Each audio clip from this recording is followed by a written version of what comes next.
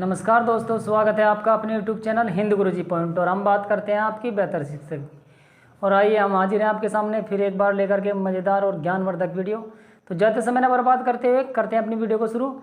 और जीके के अंतर्गत आपके जो क्वेश्चन चल रहे हैं, इसमें आज हम आपको पढ़ाएंगे महात्मा बुद्ध, यानी कि बौद्ध धर्म के बारे में पढ़ाया जाएगा, महात्मा बुद्ध के बारे में।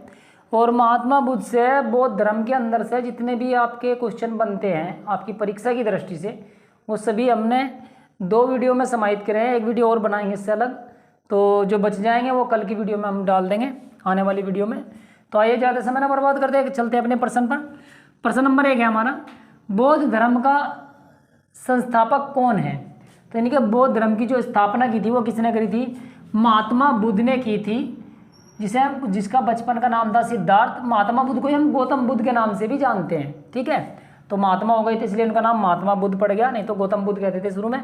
और बचपन का नाम था उनका सिद्धार्थ। अगला प्रश्न है प्रश्न नंबर 2, महात्मा बुद्ध का जन्म कहाँ हुआ था? वेरी इंपॉर्टेंट क्वेश्चन है, वेरी वेरी इंपॉर्टेंट क्वेश्चन है।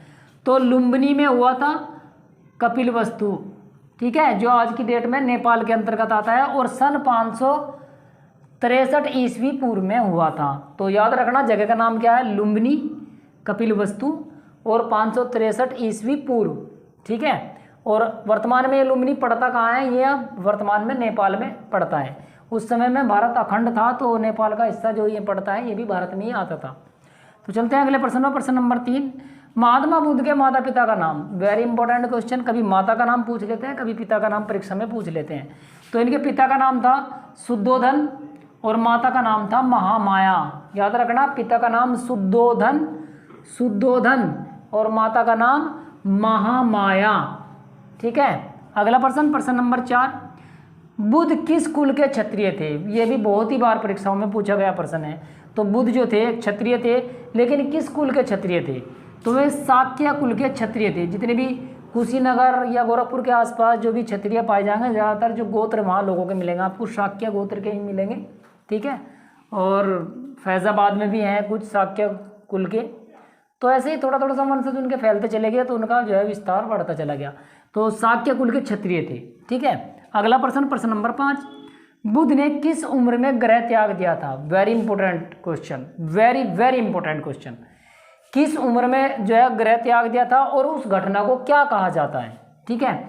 तो इन्होंने जो गृह त्याग दिया था, नहीं घर छोड़ करके ये वनवास में चले गए थे, तो 29 ईयर्स यानी कि 29 वर्ष की एक अल्प आयु में, बहुत थोड़ी उम्र में ही, बहुत कम उम्र में ही इन्होंने जो है 29 वर्ष की एक छोटी सी उम्र में ही इन्होंने गृह छोड़ करके ये ज्ञान की खोज में जो है वनवास ले लिया था इन्होंने।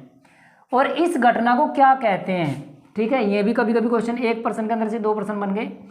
तो इस घटना को कहते हैं महाअभिनिष्क्रमण। क्या कहते हैं? महाअभिनिष्क्रमण। याद रखना, 29 वर्ष की आयु में घर छोड़ा था और उस घटना को कहते हैं महाअभिनिष्क्रमण, ठीक है। चलते हैं अगले प्रश्न पर। प्रश्न नंबर 6, बुद्ध ने पहला उपदेश कहाँ पर दिया? ये भी बहुत बार पूछा गया प्रश्न है। तो बुद्ध ने सबसे पहला जो उपदेश दिया था वो दिया था सारनाथ में। और सारनाथ में ही अशोक का स्तंभ भी है, जिससे हमने जो है हमारे जो अशोक की लाट ली गई है, वो 3 मुंह वाले शेर, वो सारनाथ के स्तंभ से ही लिए गए हैं, ठीक है। और इस घटना को क्या कहते हैं? इस घटना को कहते हैं धर्मचक्र परिवर्तन। धर्मचक्र परिवर्तन बहुत बार परीक्षाओं में ये भी पूछ लिया गया है, डायरेक्ट सारनाथ ने पूछ के ये भी पूछ लिया गया है कि बुद्ध ने जो पहला उपदेश दिया था उस घटना को क्या कहते हैं? तो धर्मचक्र परिवर्तन यही कहा जाता है। दिए कहाँ थे? सारनाथ में दिए थे। अगला प्रश्न, प्रश्न नंबर 7, सबसे ज़्यादा उपदेश कहाँ दिए? यानी महात्मा बुद्ध ने जो सबसे ज़्यादा उपदेश दिए हैं वो कहाँ पे दिए हैं? वो श्रावस्ती में दिए हैं। श्रावस्ती गोरखपुर के पास एक जिला पड़ता है श्रावस्ती। उस टाइम के ये कौशल देश की राजधानी हुआ करती थी, ठीक है। कौशल देश था, एक छोटा सा देश था, उसकी राजधानी हुआ करती थी श्रावस्ती। और यहीं पे इन्होंने जो है सबसे ज़्यादा उपदेश दिए थे।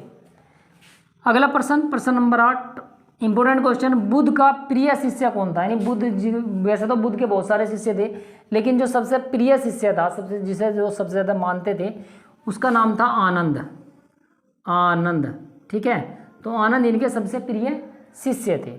अगला प्रश्न, प्रश्न नंबर 9, बौद्ध धर्म के त्रिरत्न क्या है? ये चीज़ याद रखने की है, ठीक है।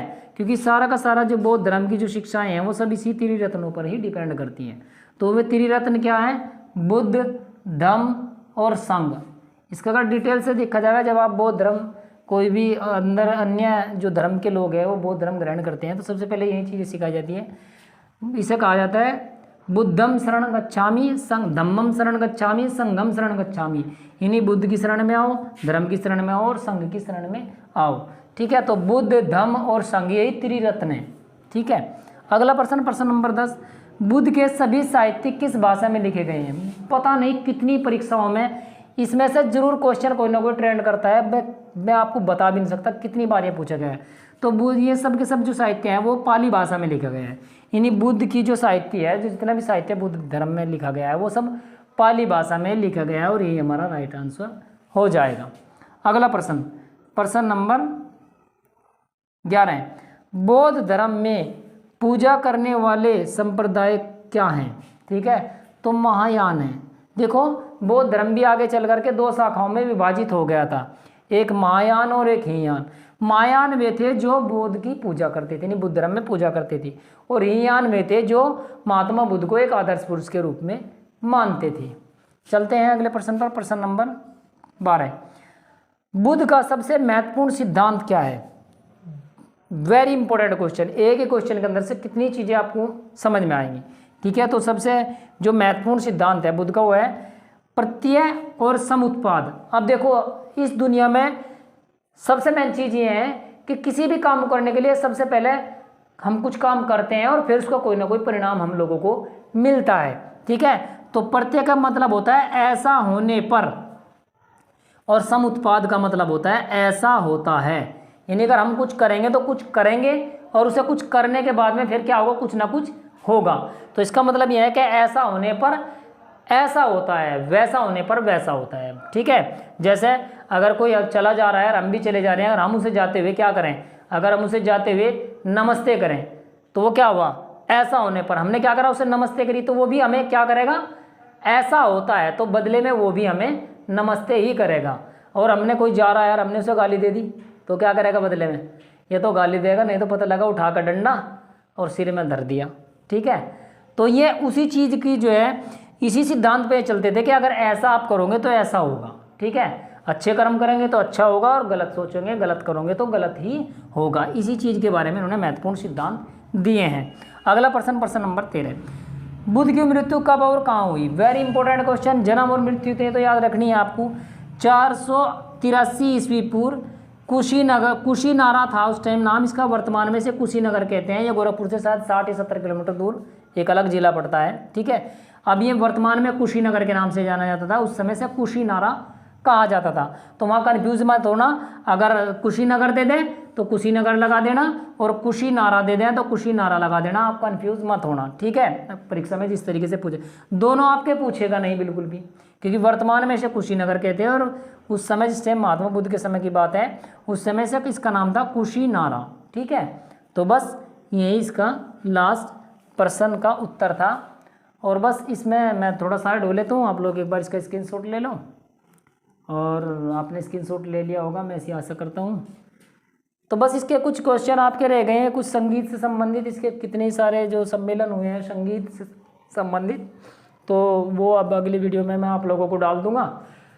तो बस आप लोग थोड़ा बस मेहनत से करते रहें, वीडियो पसंद आए तो लाइक करें, दोस्तों में शेयर करें, ताकि ज़्यादा से ज़्यादा बच्चों का फ़ायदा हो सके।